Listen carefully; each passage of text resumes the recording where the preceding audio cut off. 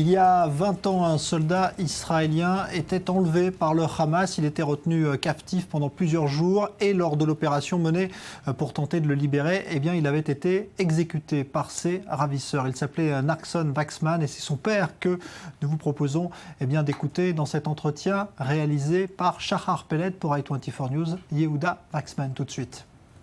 Monsieur Waxman, merci beaucoup de nous recevoir. D'après votre tragique expérience, que pouvez-vous nous dire de ce que vivent les familles? Ils sont dans un état d'esprit très difficile.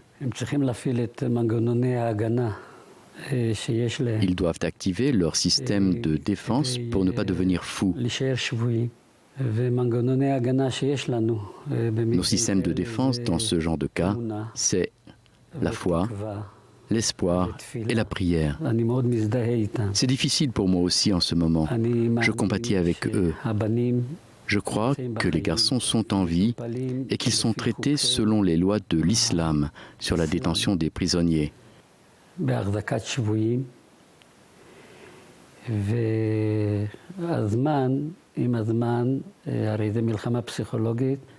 C'est une guerre psychologique. On finira par avoir des nouvelles d'eux et ça se terminera différemment de notre cas. Pour nous, ça s'est très mal terminé. Je crois sincèrement que ça se terminera bien pour eux et que les garçons retourneront à leur famille sains et saufs. C'est vraiment très, très difficile pour les parents. Ils n'ont aucun contrôle. En tant que parents, nous avons l'instinct de protéger nos enfants. Le fait que leurs enfants soient entre les mains de l'ennemi sans qu'ils ne puissent les protéger, c'est très difficile mentalement. C'est une souffrance terrible. Pourquoi avez-vous choisi de ne pas les contacter, de ne pas les voir? Si je viens les voir, ils se rappelleront immédiatement de comment ça s'est terminé dans notre cas. C'est-à-dire que si je me rends chez eux, je leur ajoute une douleur à la douleur qu'ils ressentent déjà, car je n'évoque rien de bon. Donc, j'en rajouterai à leur tristesse, à leur douleur et à leur malheur. J'irai les voir quand leurs fils seront rentrés. Et on pourra faire la fête, célébrer et remercier Dieu pour les miracles qu'il aura accomplis. Mais maintenant, dans leur état, je suis le dernier à pouvoir les aider.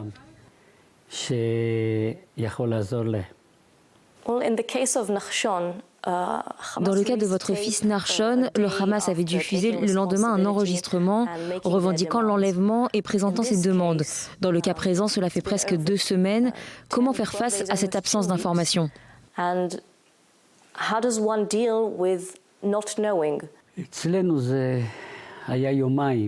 notre cas, nous ne savions pas du tout ce qui lui était arrivé pendant 2 jours. Notre fils avait tout simplement disparu.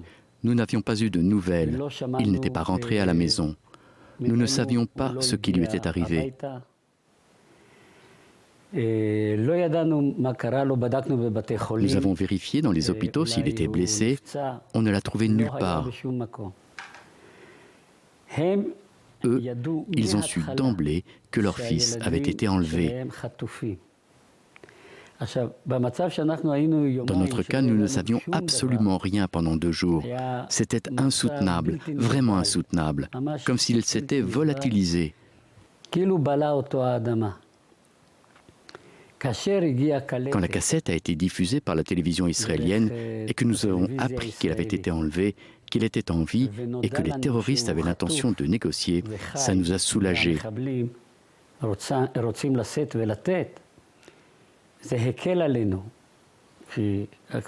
Nous craignions qu'il ne soit plus en vie. Du coup, il y avait une chance de les sauver. Quelques jours après, Tsahal a lancé une opération pour tenter de le libérer de cette maison. L'opération a échoué et il a été assassiné. Vous dites maintenant que le gouvernement n'agit pas de la bonne façon? Je ne suis pas sûr que le gouvernement israélien fasse exactement ce qu'il devrait faire et agisse comme il le devrait.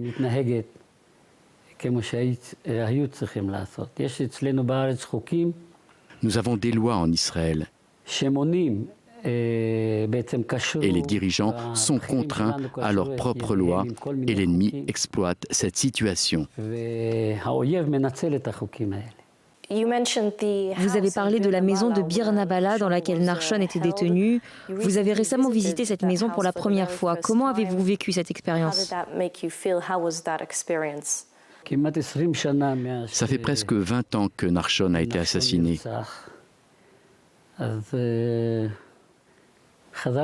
J'y suis retourné, ou plutôt j'y suis allé pour la première fois.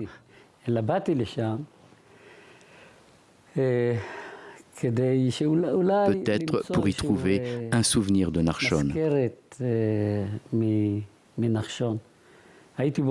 J'étais dans la pièce où il a été assassiné.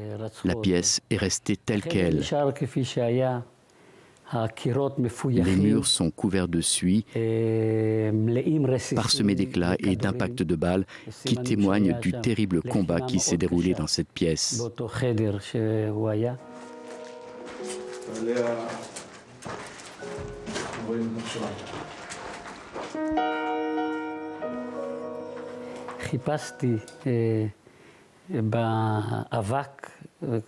J'ai cherché dans la poussière quelque chose que je pourrais ramener chez moi en souvenir. Et j'ai pu communier à nouveau avec mon fils qui me manque tant. On vient d'apprendre qu'un des prisonniers libérés en échange de Gilad Shalit a encore une fois commis un meurtre. Quelle est votre opinion sur la libération de prisonniers?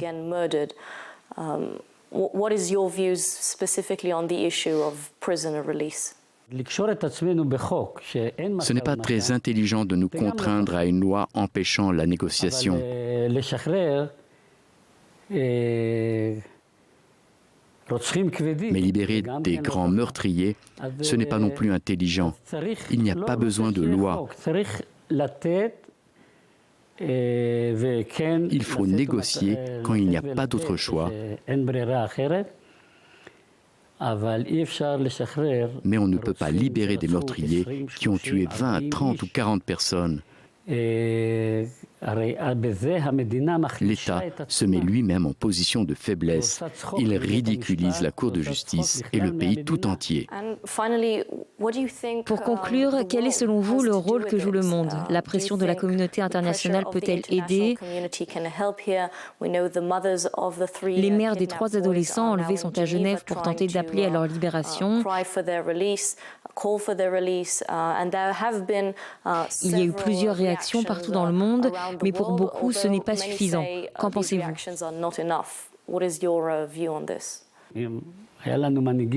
Si dans les deux camps, nous avions des dirigeants assez intelligents pour négocier et arriver à un accord de paix, s'ils avaient dit que ces enfants seraient libérés une fois l'accord signé, j'aurais été très heureux. C'est l'occasion, mais aussi un défi de le faire maintenant.